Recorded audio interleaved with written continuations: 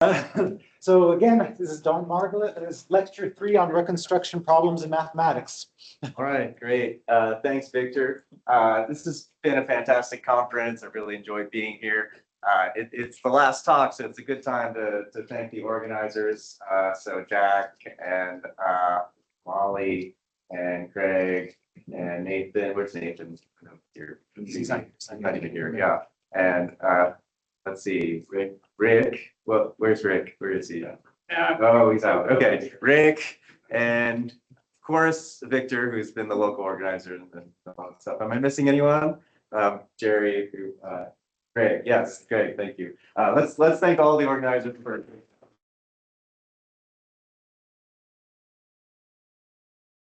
And from the organizers, especially to Victor, who actually did all the work. So that was part of the business. Thank you.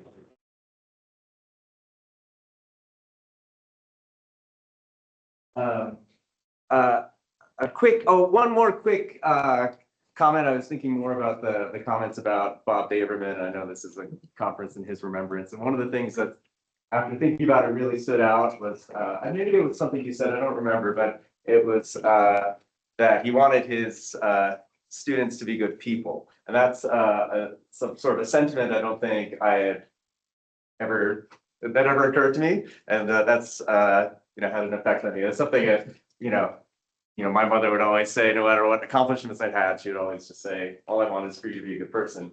And so that really resonated with me, and I think it's something that I'll take away from this conference for myself and my own students. So thanks for that. And then a quick update on the art. I think it was Thomas and Brian did some work on that knot, maybe George too, I don't know. Did the knot in front of the Fugal building.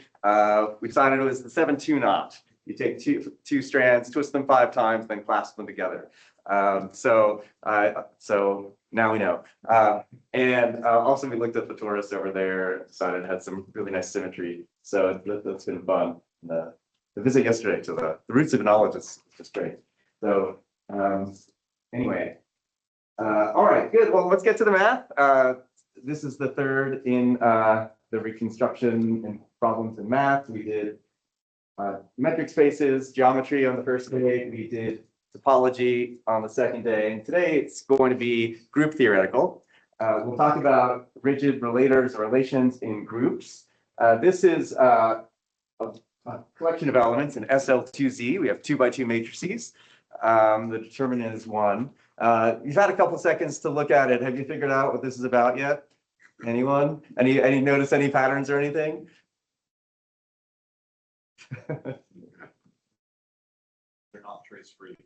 Not trace-free. That's actually a good point. Actually, the traces are all the same. They're all 2, and that's a key point. That's a good. Anybody else notice anything? There's a symmetry in the products. So you have like 1, 5, 0, 1, and then in the middle you've got 1, -5, 0, 1. Yes, those are like almost transposes. Yeah, they're transpose inverses. Yeah, but yeah, it does continue. Yeah, the determinant 1. These are all in SL2Z. So yes, determinant 1, trace 2. Else. All right. Well, did anybody compute the product yet? This is a product of matrices. Yes, Perfect. Yeah, but I think maybe I did it wrong because it's horrendous. Oh no, then you did it wrong, or I made a typo. So it could be. What if you got something horrendous? The product is supposed to be the identity. Okay, and so what? Not only there's something that so there's something else that I think everybody missed, which is that if you reduce mod 5, what happens? These are all the identity. Okay. And even more, they're all conjugate to each other. Okay, the first matrix is 1, 5, 0, 1. Every matrix is obviously conjugate to that. I'm just kidding. It's not. Okay, so that's fine. Yeah. Oh yes.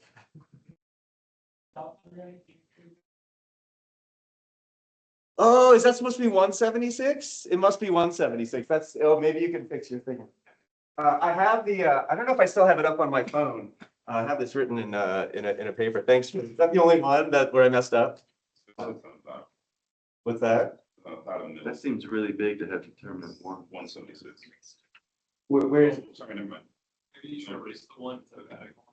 Oh, erase the one, maybe? Oh, you think that's, okay, now I've got to bring it up. This whole talk is just gonna not make sense. Maybe the whole here, okay, wait. Oh, boy. Platonic.pdf. There it is. So we're, oh, 76:45. Thank you. Oh, that was good. No, it says 76. There it is. Okay, great. So now, yeah, is that it? Or is there something else? Yeah. Second one in the second row. That one's good. Trace two. Yeah, good. All right, good. Murphy Kate's gonna check it maybe, but you know, don't feel any pressure. All right, so what's the evidence? What's that? I said hide the evidence. Yeah, hide the evidence, yeah. So today, the goal of the talk is this is the only such relation. So this is not a random product of matrices. This is the only relation, and I have to define only, where I'm taking a product of conjugates of this matrix and getting the identity. Okay, of course, I can concatenate a bunch of these. That's not allowed. And there's actually something else I can do, which I'll explain in a minute. But up to a natural equivalence, this is the only such relation. So where does the relation come from, and how do I prove it's the only such relation? That's the goal for the day. Okay, so such is all the matrices are conjugate. So they're all conjugate to this one in particular, and the product is the identity. So, but there's an equivalence relation on relations that I need to tell you. Okay, because there's some moves you can do to modify the relation. Okay, so all right. So first, this is about rigid relators in groups. I'm going to give you some groups, the level M subgroups of SL to ZM. Right. So we know SL2Z, that's 2 by 2 matrices, integer entries, determinant 1. And so what's SL2ZM? That is the kernel of the map from SL to Z to SL to Z mod M. In possibly simpler language, these are all just the matrices that are the identity mod M. Okay, so hopefully all these are the identity mod 5. So this is a relation level 5 subgroup of SL2Z. Okay. Any questions on that? Just stop me anytime, as usual. So why would you look at these subgroups? Well, one reason is because Sarah looked at them. So actually, I'm going to change these 2's to an n, because you can, of course, do this for any n. And Sarah proved that these are torsion-free when n is at least 2. I don't want to think about n equals 1, and m is at least 3.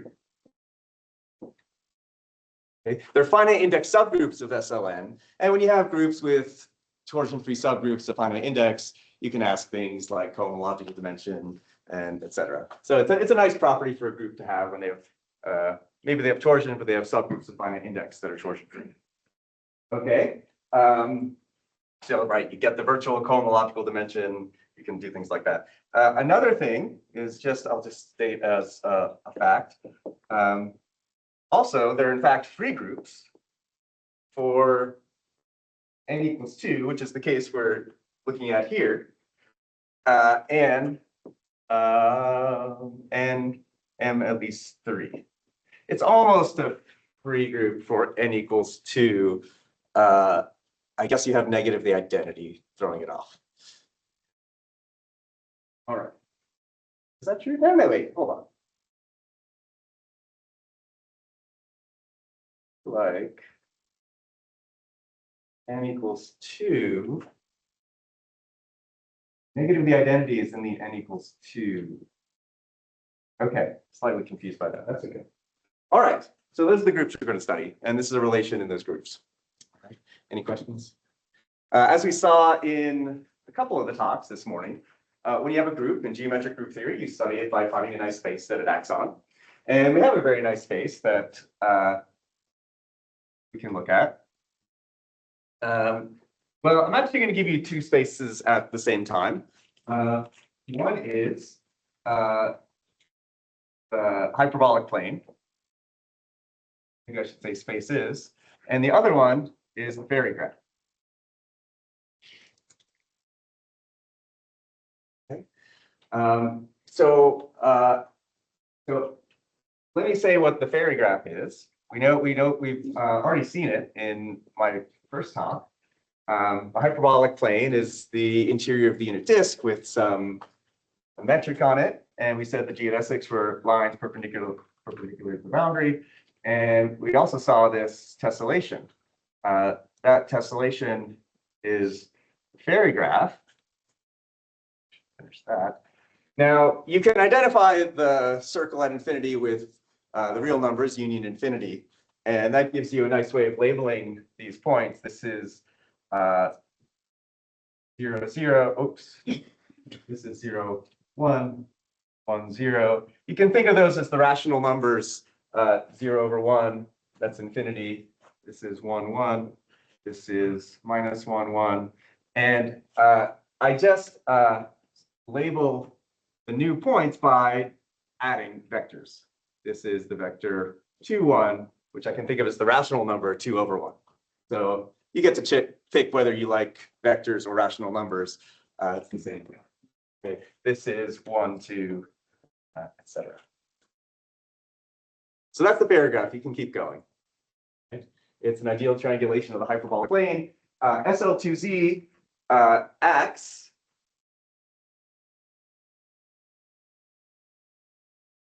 on H2 in the usual way by Mobius transformations. So A, B, C, D maps to the map Z, the Mobius transformation AZ plus B over CZ plus D. If you let A, B, C, and D be complex numbers, this is all the Mobius transformations. But because A, B, C, D are real, it preserves the unit. It preserves the unit disk. Okay. Maybe that's in the upper half plane model. So for this formula to work, you really have to think of the hyperbolic plane as being the upper half plane. So there's some change of coordinates. Okay. And how does SL2Z act on the fairy graph?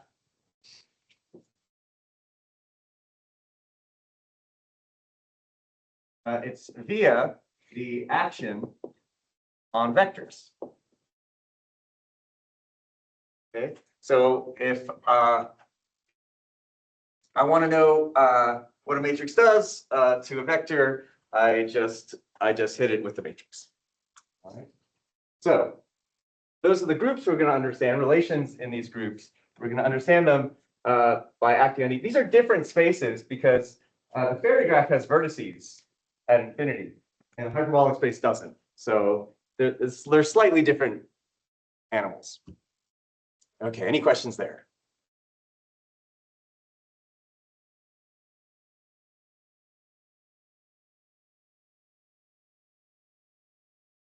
Maybe a quick question about where the fairy graph comes from. There's a paper in Math Intelligencer at the end of the 19th century.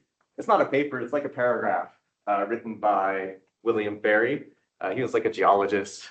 And he noticed that if you write down the numbers with rational numbers where the denominator is at most 1, you get that. If you write down the rational numbers where the denominator is at most 2, I feel like I'm messing this up. Oh, you get 0, 1, 1, 2, and 2 over 2. And then if you write down the rational numbers with denominator at most 3, you get 0, 1, 1 third. Maybe there's a 1/2 here, 2 thirds, and 1, 1. And you notice that the way you go down in this table is by doing Ferry addition of fractions, where you just add numerators and add denominators. Okay, and he observed that, wrote a short paragraph, and that's why this is called the Ferry graph. Anyway, any questions on what's going on here? So what's good about this? Well, we learned a little bit from the talks this morning. Well, no, wait, before we say what's good about it, let's analyze the action a little bit. Remember, I'm interested in these matrices that are conjugate to 1, 5, 0, 1. So I want to say some more details about the action. So, action by,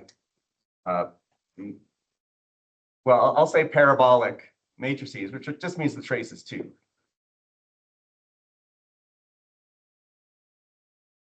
Well, let's look at A, which is 1, 1, 0, 1.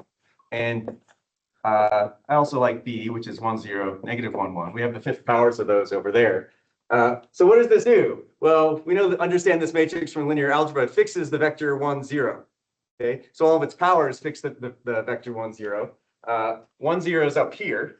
And so what A does is it fixes that point. And B, so where does it take 0, 1? It takes it to 1, 1. So there's like a fan of triangles coming out of 1, 0, and it's shifting them all over. And what does B do? Oh, B, now I have a minus sign there for a reason. So that one's twisting to the left. This one should also twist to the left. Okay, so this is what B does, and that's what A does.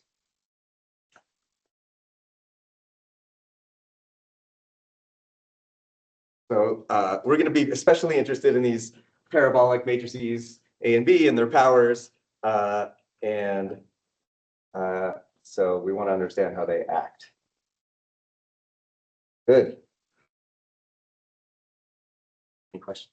Does anyone know? There is a relation between A and B. There's a famous relation. I think some of you know.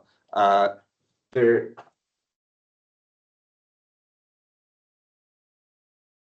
relation is AB to the 6th equals the identity.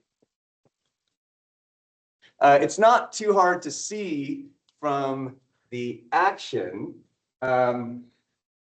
Let's see. Maybe I won't do it, but the way you do it is you check that AB is, just from what I've already told you, you can conclude that AB is a rotation about that point. It fixes that triangle, or maybe the one next to it, I'm not sure, you can think about it, and it rotates it by 1/3. So AB cubed actually is the identity on the Ferry graph, but it's negative the identity. Negative the identity acts trivially on the whole thing. These vectors are all really plus or minus. Okay, so you can just check that directly once you have this action. You could also just multiply the matrices. One of the things we're going to do today is that this is the only such relation. I'll say it more formally later. You have a product of matrices. They're all conjugate to 1, 1, 0, 1. It equals the identity. Then up to an equivalence, which I haven't told you yet, it's this relation. And I think concatenating it a few times over. Kind of an astonishing thing, I think. All right. Good. All right. Oh, also, I'll say that well,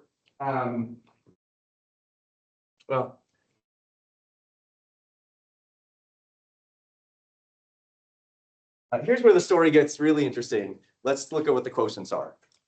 This is just an amazing, I don't know. If you don't think math is beautiful, you would after understanding this, but you're already in math camp, so preaching to the choir. But so what are the quotients?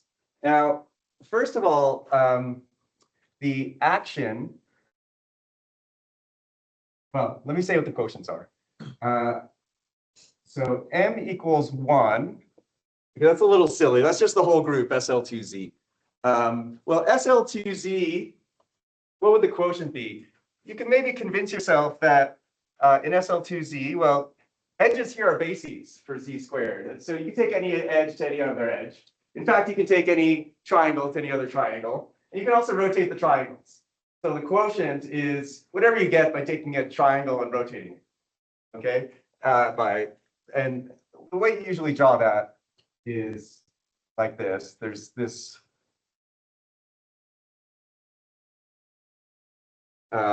the 2 comes from the fact that there's matrices fixing this point with order 2. There's a matrix fixing this point with order 3 rotation. And now this is really, if you're thinking of the hyperbolic plane, this is a cusp. If you're thinking of the fairy graph, this is a vertex here.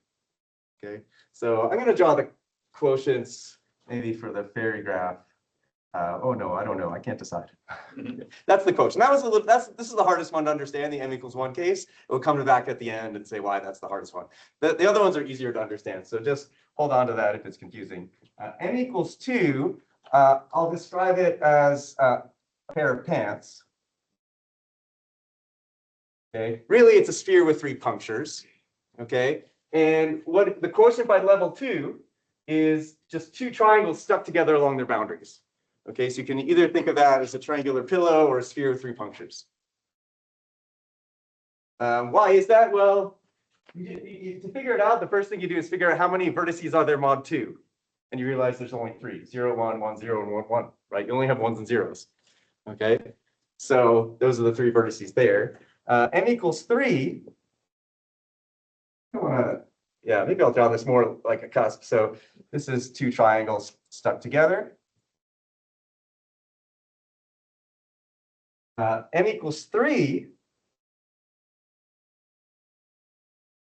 I'm just going to draw as it's a tetrahedron. If you think of the fairy graph or complex and take the quotient, you get a tetrahedron. If you look at the hyperbolic plane, it's the tetrahedron minus the 4 points, minus the 4 vertices.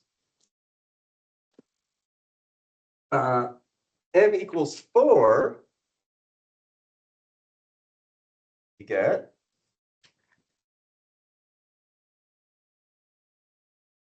You get the tetrahedron, the octahedron.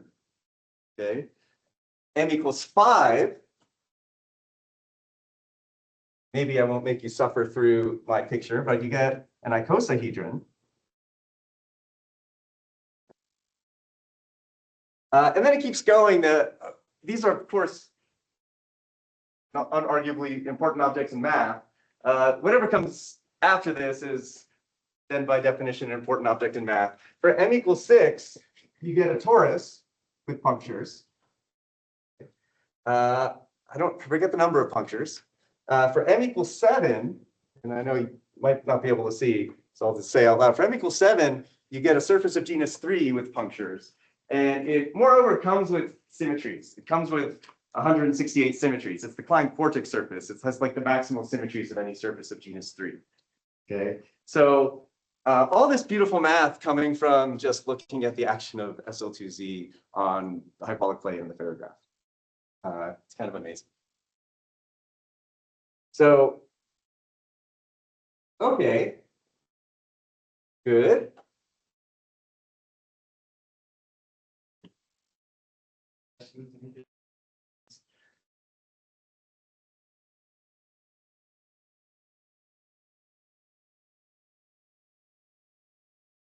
Okay, we still want to know, what does this have to do with relations like this? Well, it turns out just from this picture, we just get relations for free. But before that, there's one more thing to do, which is to talk about relations in free groups.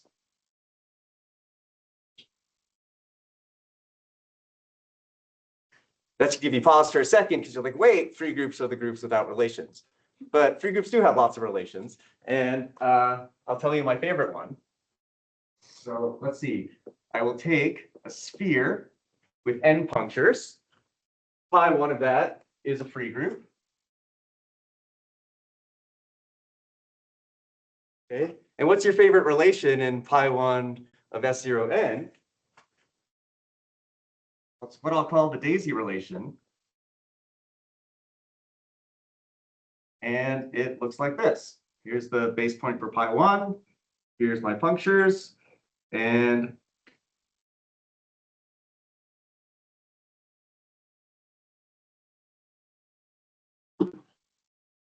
x1, x2, x3 is the identity.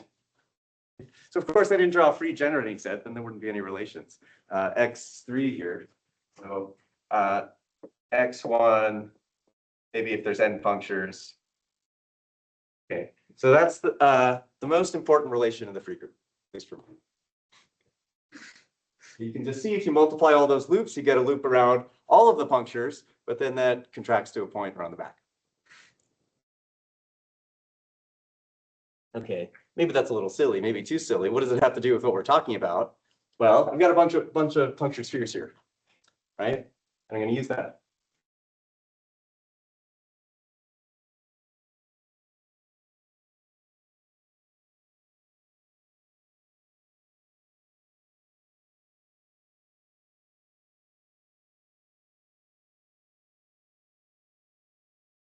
Okay, so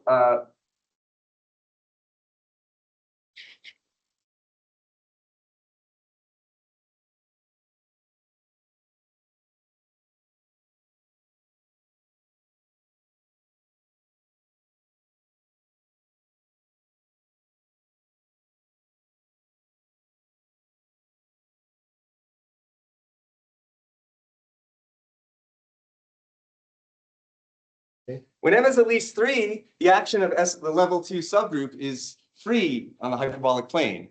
How do I know that? I said these groups are torsion free. And the only time you can fix a point, if you fix a point in the hyperbolic plane, you're a rotation. And since I'm working over the integers, it would have to have you'd have to have a finite order rotation. So you have a free action here. You can also just check it from the formulas. When M equals 2, it's basically free.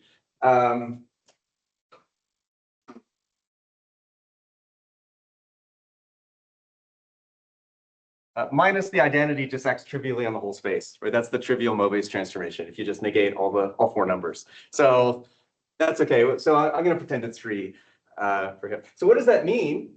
That means it means that the quotients are KG1 spaces for these groups. These spaces here are KG1 spaces for the groups that I care about, the level M subgroups. So what's the point of KG1 theory? It says there's correspondence between anything I want to know about my group. I can study the group by looking at pi1 of the corresponding space. Okay, I wanted relations in these level subgroups. So I just need relations in pi1 of these spaces. I just gave you relations in pi1 of those spaces. Okay, those are going to give us relations in the level M subgroup. Okay. All right, so the daisy relation in the quotient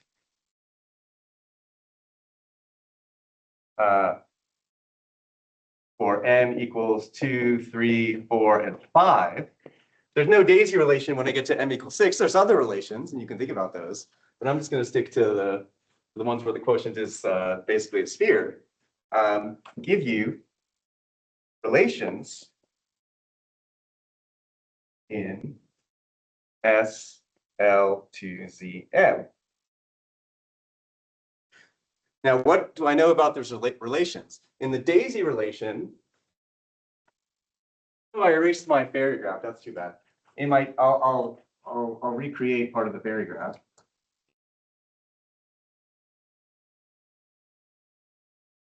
Okay, so in my daisy relation, and maybe the quotient is the tetrahedron. I'm doing level 3. So the daisy relation would ask me to look at a loop that starts at some base point and goes around those punctures. What kind of matrix is that? Well, we said that the matrix A rotates like this. Okay. And for every vertex of the fairy graph, there's something conjugate to A that rotates like that. Okay. So the elements of the daisy relation when I look at them in this quotient and then translate that to matrices, what elements of SL2Z do I get? Well, the answer is mth powers. Well, I'll just say among conjugates of 1m01.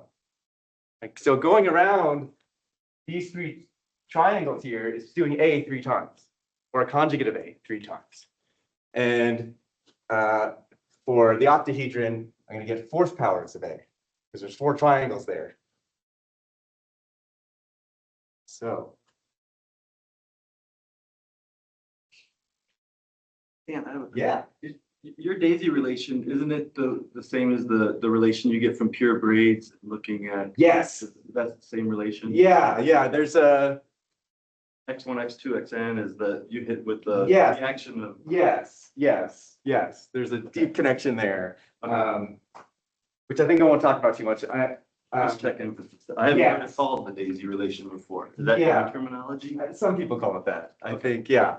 So that's a good question. I'm going to keep that under the rug though, but it's absolutely right. So I call these, we call these, this I'll mention later, this some joint work with Benson Favre and Kevin Kordek. We call these the Platonic relations in SL2ZM, okay? Because they come from Platonic solids. So there's, depending on how you count, there's 5 special relations that are just handed to you from this group action on the hyperbolic plane. 2 of them have appeared in the literature. This one is essentially the AB to the 6th. Okay, you have to think about what an orbifold is, so I don't want to spend too much effort on that. This one is, in some sense, the lantern relation. Oh, this one's also appeared. This one appears in a paper by Stephen Humphreys, a local product here. Well, not product, but he was a faculty at BYU for a long time, maybe still is. And so he uses this in his paper where he shows the level 2 mapping class group is the group generated by squares of Dane twists. He doesn't derive it in this way. He just like says, here's a relation, and it's a correct relation. So these 2, I don't know where they've appeared in literature at all, but you know, this is definitely a point of view I got from my advisor, which is when you have a small number of special things, you really want to understand why they're special. So what does this, what's that over there? Well, there's 12 matrices. They're all conjugate to 1501. So that is, I didn't draw a picture of the icosahedron, but in the icosahedron, you have 5 triangles around a vertex. And there's 12 vertices. And so this is exactly the relation you get from that. Which is, you know, maybe just nice and fun that you could make a relation like that. But again, they're special. They're coming from somewhere very special. And also, I haven't gotten to this yet. We're going to explain why not only do you get these relations, but they're kind of unique. They are unique in a very precise sense. Any other questions before we get to kind of more details?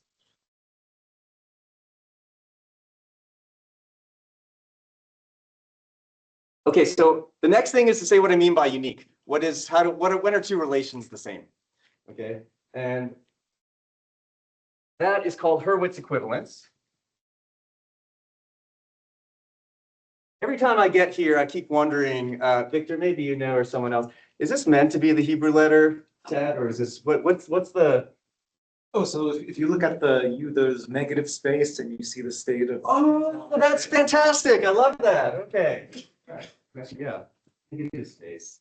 All right. Okay. So what we've done so far is we had these level M subgroups. We looked at the action on the hyperbolic plane or the paragraph, found the quotients, and using this daisy relation, we got these relations. Okay, I want to understand in what sense they're unique.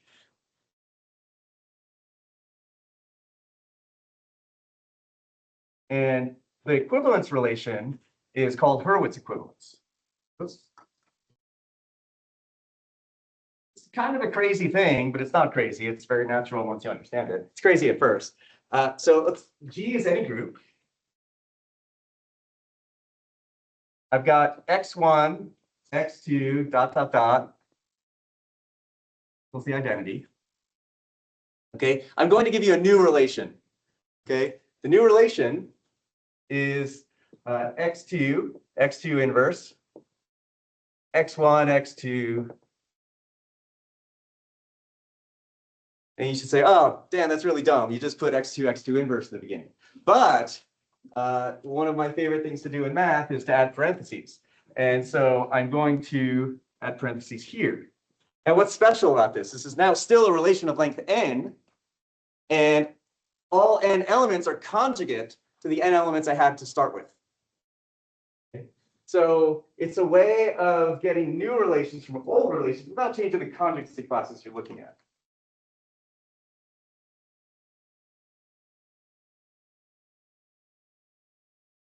But it's just because x2 and x2 inverse cancel out. So it's really simple.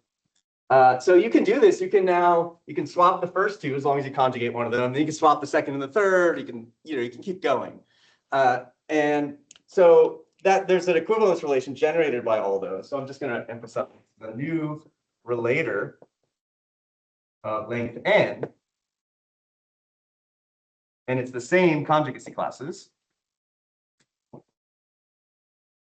That's good for us because I care about relations where there's one conjugacy class involved. And so if I do this, it's still all in the same conjugacy class.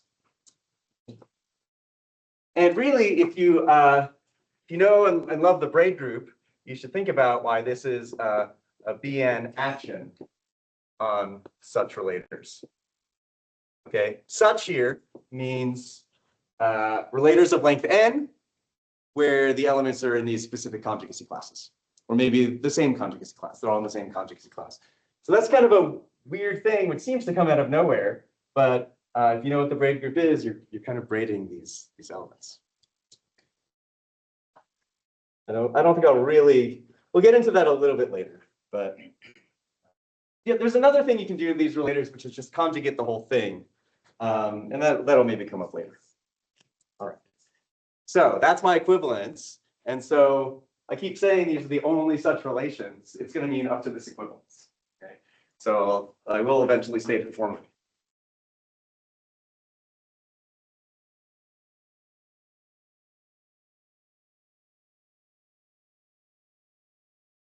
All right. Okay, so what's next? What's next is I'll call this a classical theorem. Feedback.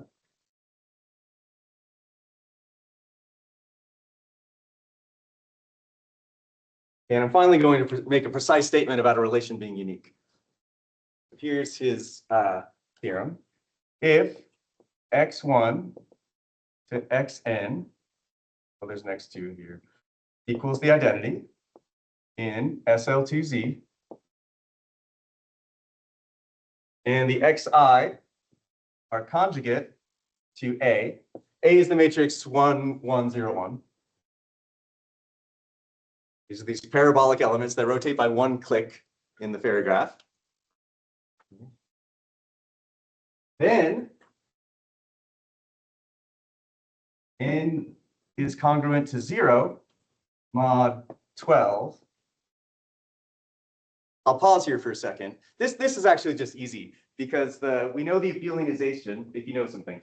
With the abelianization of SL2Z is Z mod 12, and A maps to 1. So if you're going to get a relation, you need 12 because you should be trivial in the abelianization. So that part's not interesting once you know those facts. And the relation or the relator is Hurwitz equivalent to AB to the 6th. Okay, so the left-hand side, you just do moves, and it's just that one relation. I think this is when I remember when I first heard this, I just think this is astonishing that it's true and astonishing that you could prove it. And I still don't know. Part of the goal, when I was first started talking to Benson about this was just to give a proof of this that was geometric group theoretic. His proof is an induction. You take a product of matrices. I mean, it's brilliant. It's not geometric group theoretic. You do an induction. You look at the biggest entry you see in all 12 matrices, and you try to make it smaller. Okay, so I don't have a good way of describing what he's doing beyond that, but that's what it is. Okay.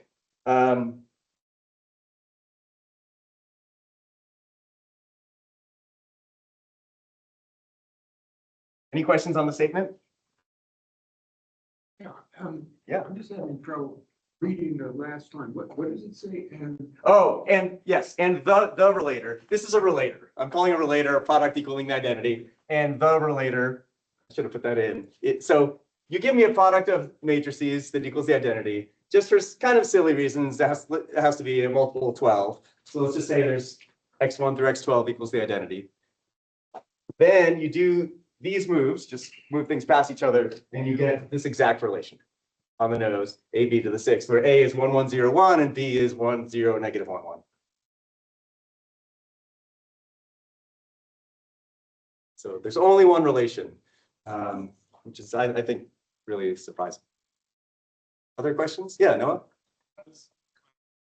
Like, is that part of the Rose equivalence? Yeah, there's weak, Hurwitz. It turns out here you don't need conjugation. Okay, so sometimes maybe you need conjugation also. You can just globally conjugate the whole relation. Here, it turns out you don't have to. Somehow it's all baked in to the Hurwitz moves. So that's a good question. Other questions? You should ask, I mean, why would anybody do this, right? It's really complicated induction. And I'm going to give you an idea why. There's a theorem of Moishazan that elliptic fibrations, I'll just say a word about what those are, correspond to relators in SL2Z between conjugates of A. Okay, so if you give me a product like this, that gives you an elliptic fibration, which you should think of as a fiber bundle where the base is a sphere and the fiber is a torus. Okay, there's some singular fibers, but so this is these are special four manifolds.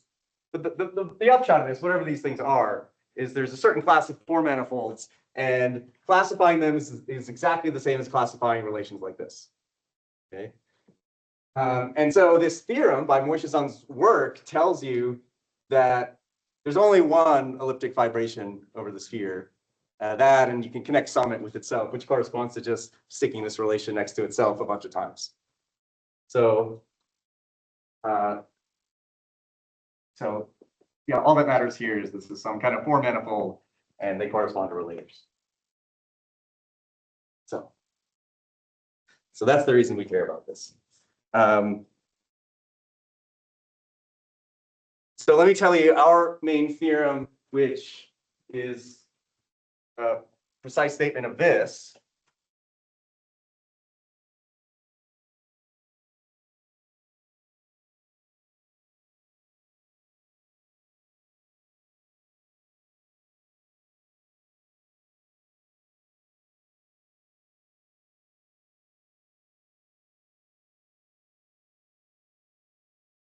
Kevin Kordak was a student of Duquesne at Duke. He was a postdoc with me at Georgia Tech. He's now at Old Dominion. I think Benson Farb's name has come up a couple times. So this is what we did. It's you take m equal 2, 3, 4, or 5. Suppose you have x1 through xn equals the identity. It's a relator. The xi are conjugate to a to the m, right? In the relation on the left, those are all conjugate to 1, 5, 0, 1.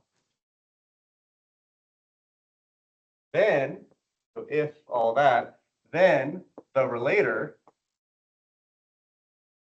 is Hurwitz equivalent to concatenation of the Platonic relations, which I probably just erased what that was. But those are the relations coming from the Platonic solids.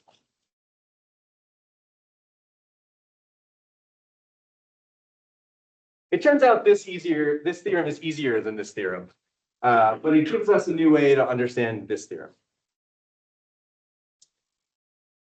So this seemingly almost random, not random, but this crazy relation between 2x2 matrices, there's something special about it.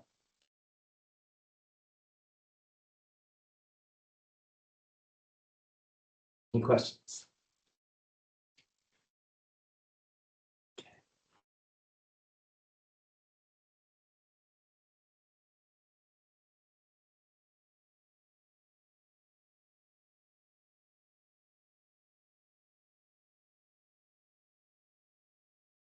Okay, now I'm going to take a step back and state a totally unrelated theorem that seems very basic, but I couldn't find it in the literature, so we proved it. The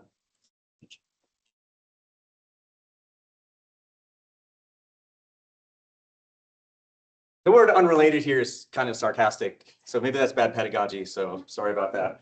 But the unrelated theorem, quote unquote, is so if x1 through xn equals the identity in pi1 s0 k, I think I'm running out of letters, so just that's a sphere with k punctures.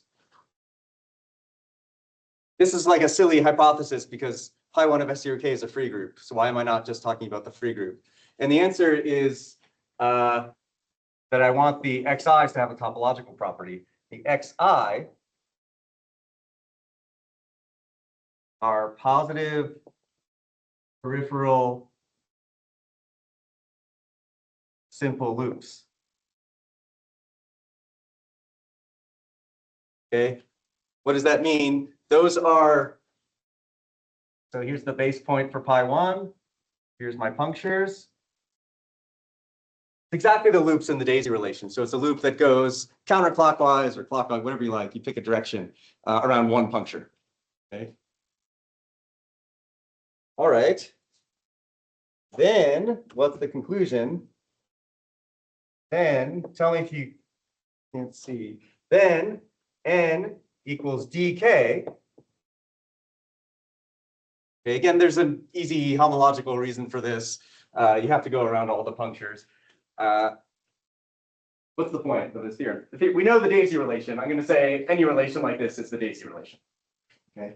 Then n equals dk, and the relator is Hurwitz equivalent to the daisy, a concatenation of daisy relations.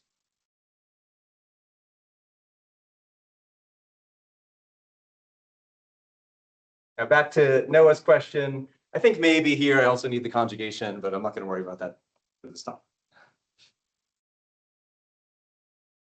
So this is a topological version, right? The goal of the talk was to understand relations in SL2Z, so something like this. This is just a topological version. You maybe didn't follow anything in the rest of the talk. This is just a basic question about pi1. Okay.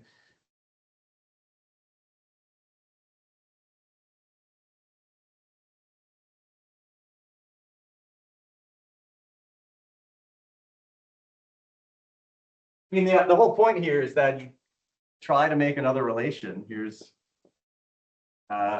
maybe I try to do this positive peripheral loop. And then maybe I'll go over here and do, whoops, I'm supposed to go the other way around. That's a positive peripheral loop. And I come back and I do this one. And which one did I not go around? I think I didn't go around this one. Okay, that's not the identity. I don't have to do any work because it's not the daisy relation. There's no way to, if you pull all those curves tight, in fact, you should make them all just go back to because I made crossings as I was drawing this, it's not the daisy relation. That's not the identity.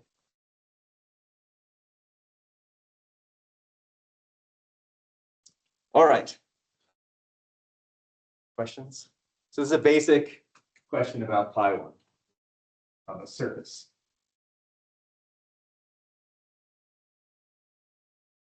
Okay, so all right, I'll give up the gig here and just connect the two theorems.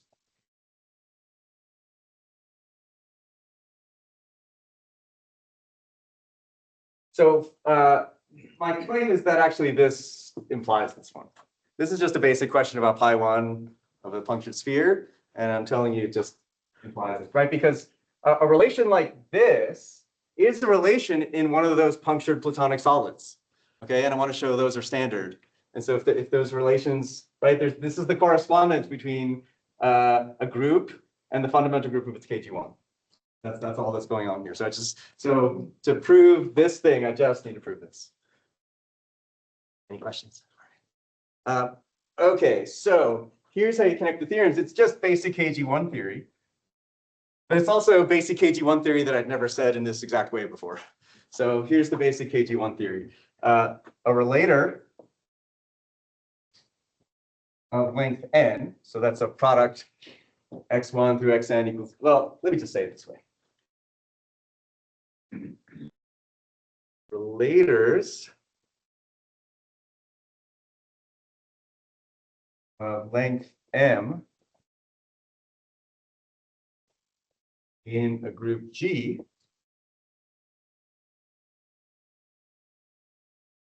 corresponds to maps from S0M to a KG1.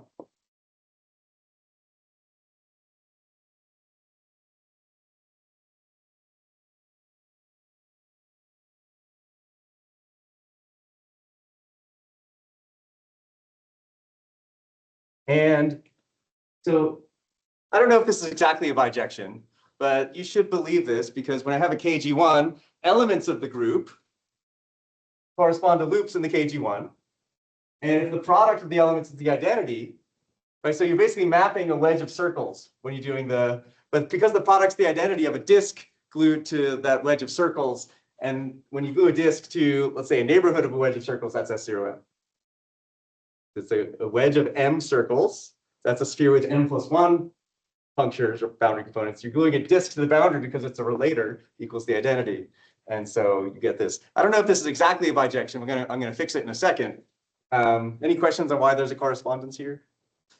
Feel free to interrupt. So here, I'm gonna look at these up to Hurwitz equivalents. And here, I'll look at these up to parameterization. Right, when you have a relation that's giving you not just an embedding, not just an S0M sitting in the KG1, it's giving you a specific map of S0M into the KG1. If I just look at the image of the map, those correspond to relators. This is a weird thing, but it's true. And maybe you should worry about a base point, but I'm not going to do that right now. So here, well, I'll get to the proof of the theory. Any questions on this?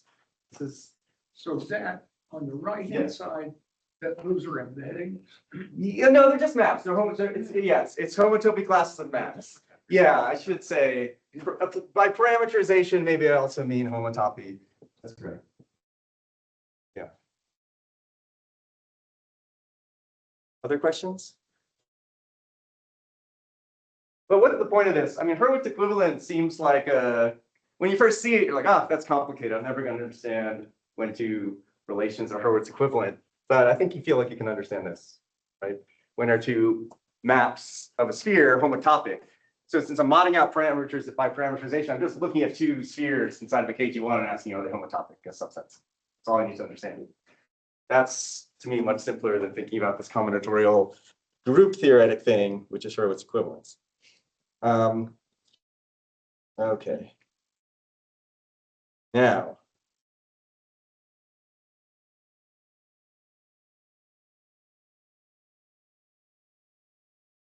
let me I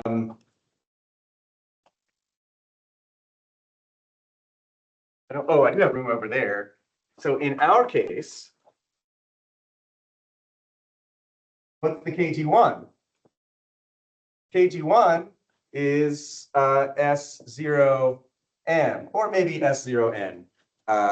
we already said that the number of, well, I should have said here that we know what n is. But the point is the KG1 is also a sphere. So we're understanding maps from spheres to spheres. Okay. And fortunately, there's a tool that lets us understand maps from spheres to spheres. And I'll tell you what that tool is.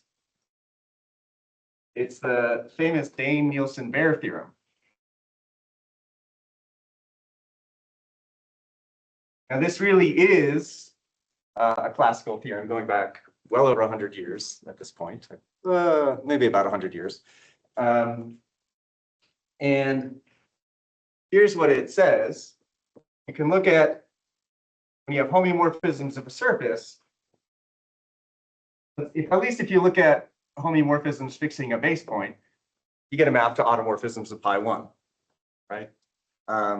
Homeomorphism takes loops to loops. So, and the question that probably Dane was interested in is there an inverse map? Does every automorphism come from homeomorphism? This is a great example of a reconstruction problem. This is like this is maybe a granddaddy reconstruction problem. Now, what's the problem? In our case, we're looking at punctured spheres. This is definitely not true. There's lots of automorphisms of the free group that are not going to come from homeomorphisms. The free group is a floppy algebraic object. But it's true. So, well, let's see. The precise statement will depend on how much time there is. But there is an inverse map.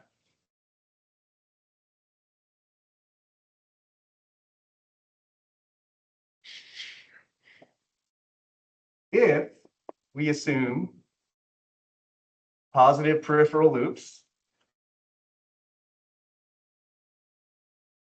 map to positive peripheral loops.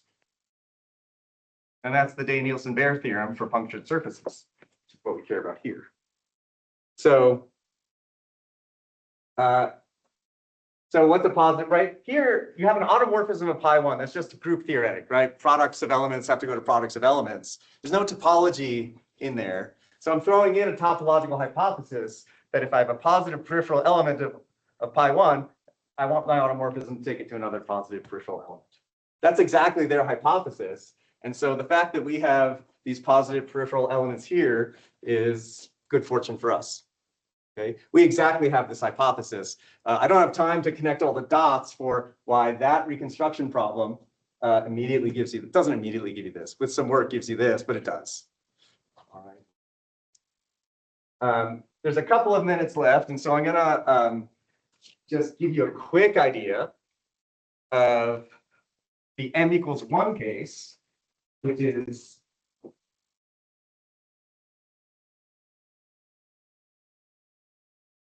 the Leibniz theorem. So you're just for it's SL2Z. You're looking at the full group SL2Z. There's torsion. You have to do something deeper. Okay, it's just a deeper theorem. And I'll just say that to rule out certain relations, you have to use something called the Rademacher function. Well, you don't have to. That's what we do. Okay, the Rademacher function is a function from SL2Z to Z. It's a quasi-morphism. That's something that's close to being a homomorphism, but it's not. I want to show that certain relations don't exist. So if I show that a certain product of matrices maps to 10 under the Rademacher function, it's not the identity. If it maps to 1 or 2, maybe it is the identity. But I'm going to rule out lots of relations by using this function. This is one of the most, and we don't have time to go into it, of course, this is one of the most beautiful things you'll find in math. I recommend the Gis ICM paper from 2006. But I'll just give you, in the last moment here, a quick idea. We have this modular surface, which is the quotient of the hyperbolic plane by SL2Z. A matrix in SL2Z gives you a loop in the modular surface. Okay? A loop in the modular surface gives you a loop in the unit tangent bundle of the modular surface. The unit tangent bundle of the modular surface is the complement of the trefoil knot. okay? So your loop in the complement of the trefoil knot gives you a linking number with the trefoil knot. That's an integer. That's the Rademacher function. So it's just this crazy thing that, if we had 10 more lectures, we would go into it. But it's just convenient for us that it exactly gives us the extra tool we need to going from this, I would say, easier theorem to this deeper theorem about SL2Z. So that's all I'll get to say about that. But hopefully I gave some reason to, if you haven't thought about reconstruction problems before, we had these metric versions on the first day and the topology and now the group theory.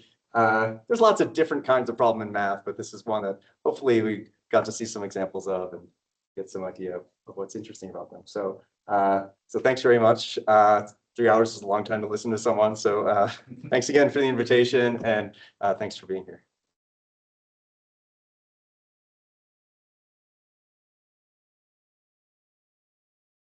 Does anybody have any final questions for Dan? Yeah. Is there a version of the unrelated theorem for torus with fine tools? Yes. Yes. Yes. I mean, there's certain there's a standard relation. I don't know that the exact statement should be. I mean, yes, there should be. That's my answer. Can that be used to handle like the m equals 6 case? Yes, there should be. Yes. Those other quotients should give you kind of standard relations that you want to show that they're special. I mean, those, yeah, yes. More questions? Well, there's no more. No, you want to turn this over to me? Yeah, I'll turn it over to you in a second, but I think we have to give an extra warm applause to Dan for giving this excellent series of talks.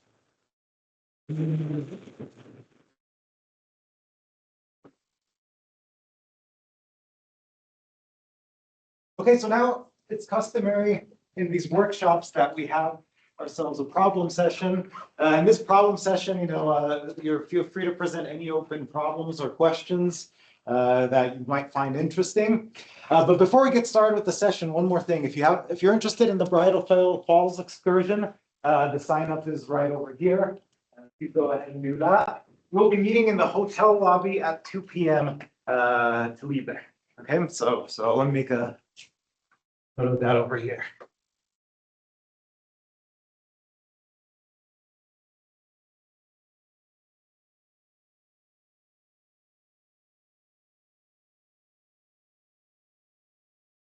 All right, the floor is yours, Craig.